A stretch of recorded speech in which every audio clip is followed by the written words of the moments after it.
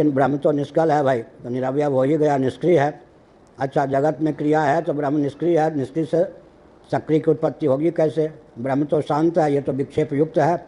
ब्रह्म तो सर्वथा निरवध्य है, ये तो क्या है, वैसा नहीं है, निरंजन है, ये मायामल से रहित है, अशुद्ध है। इस प्रकार सर्वथा विपरीत लक्षण है। यही तो काम है क्या? सर्वथा विपरीत होगा तभी तो विवर्तवाद सिद्ध होगा। क्या आक्षेप है या हमारा समर्थन हो गया पूर्व पक्ष की दृष्टि? ब्रह्म का जो लक्षण है सच्चित आनंद, ठीक उसके विपरीत जगत का लक्षण है या नहीं? अनित्य है, जड़ है और दुखप्रद है। तो ब्रह्म के विपरीत लक्षण वाला है और उपासना का प्रकरण नहीं है। उपक्रमोपसंहारादि सर्विध लिंगों के द्वारा समग्र वेदांतों का महातात्पर्य सच्चिदानंद स्वरूप ब्रह्म में सन्निहित है। क्या कहा वैदिक जी? हाँ, जीव को तोड़ने पड़ते हैं, बहुत तप करना पड़ता है। हम तो धर बोलते हैं, पर धर एक क्षण में थोड़े होता है। उपक्रमोपसंहारादि सर्विध लिंगों के द्वारा समग्र वेदांतों का परम तात्पर्य ब्रह्मात्म तत्व के एकत्व में सन्निहित है। इस प्रकार का अचंचल बोध जिसके जीवन में प्रतिष्ठित है उसका श्रवण पूर्ण है। उपक्रमोपसंहारादि सर्विध लिंगों के द्वारा समग्र वेदांतों का परम तात्पर्य ब्रह्मात्म तत्व के एकत्व में सिद्ध है। इस प्रकार का बोध जिसके जीवन में अचंचल रूप से प्रतिष्ठित है उसका श्रवण पूर्ण है। ये हुआ। तो क्या हुआ? लक्षण विपरीत हैं सर्प के और रज्जु के। क्या? सर्प के लक्षण और रस्सी के लक्षण विपरीत हैं। नयम सर्पो रज्जुरियम, तब तो रज्जु की सर्प, तब तो होगा ना विवर्त। अगर साम्य ही होता लक्षण में किससे? ब्रह्म से जगत का, तो परिणाम होता विवर्त। कैसे होता जगत? विपरीत में ही तो विवर्त है। विवर्त बने विपरीत। आकाश कौन है? निरूप है या नहीं? उसमें रूप का दर्शन होता या नहीं? तभी तो वो क्या है? अध्यस्त है। इसी प्रकार से कहा। कहीं किंचित सादृश्य कह देते हैं तो सीपी का जो पृष्ठ भाग नहीं, सम्मुख भाग है, उसमें रजत जैसी आकृति है ना, चमकेलापन। सादृश्य का पक्ष भी नहीं रहता है। नभ जो है उसमें नीलिमा है, सदृश का है। नभ क्या है? द्रव्य है। नीलिमा क्या है? गुण है। विसदृश में भी अध्यास हो जाता है। यही हुआ।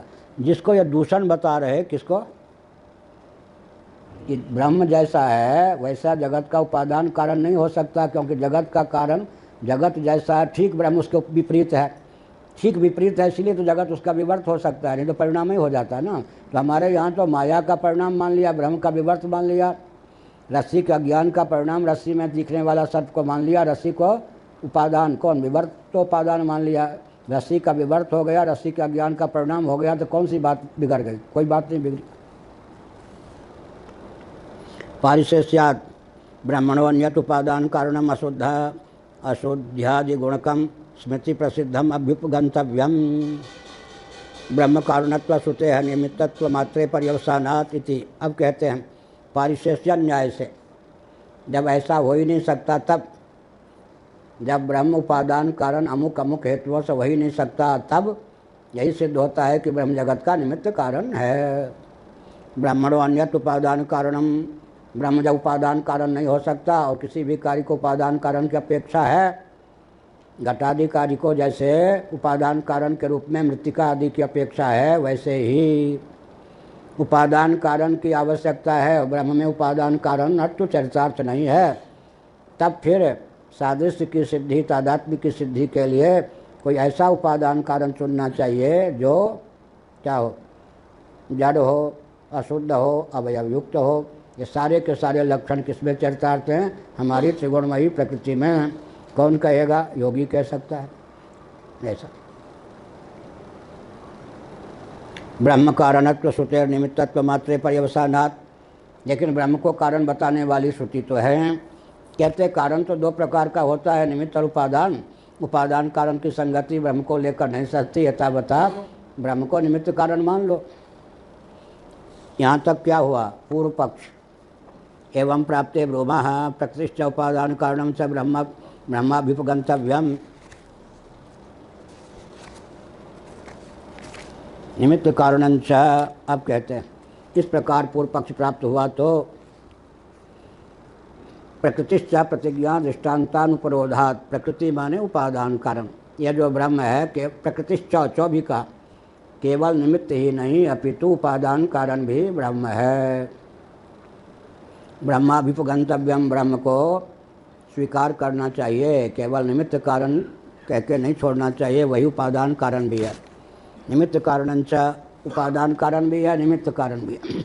निमित्त कारण तो हो ही सकता है, उसमें कम बुद्धि लगाने की जरूरत है, लेकिन अमुक श्रुति का अनुरोध, श्रुति के तात्पर्य को बहुश्याम प्रजायया सर्वम खलुदम ब्रह्म आत्मैवेदम सर्वम वासुदेवा सर्वम कस्मिन् विज्ञाते सर्वमिदं विज्ञातम भवति, इन सब वचनों को सामने रखेंगे तो यही सिद्ध होगा कि ब्रह्म उपादान कारण भी है, न केवल निमित्त कारण में वह केवल निमित्त कारण ही नहीं अपितु उपादान कारण भी। कस्मात भला क्यों? प्रतिज्ञा दृष्टान्तानुपरोधात, सूत्र का अर्थ करते हैं। प्रकृतिश्च प्रतिज्ञा दृष्टान्तानुपरोधात, श्रुति की प्रतिज्ञा एक विज्ञान से सर्व विज्ञान की तदनुकूल दृष्टांत भी है।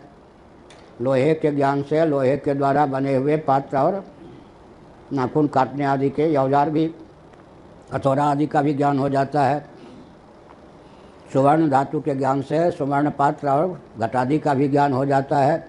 मिट्टी के ज्ञान से सुवर्ण पात्र और सुवर्ण कलश आदि का भी ज्ञान हो जाता है, और सुवर्णाभूषण का भी ज्ञान हो जाता है। मिट्टी के ज्ञान से घटादि का ज्ञान हो जाता है। तद्वत ब्रह्म के ज्ञान से सबका ज्ञान हो जाता है। वस्तुकृत परिच्छेद शून्य अधिष्ठानात्मक उपादान सच्चिदानंद स्वरूप ब्रह्म सिद्ध होता है।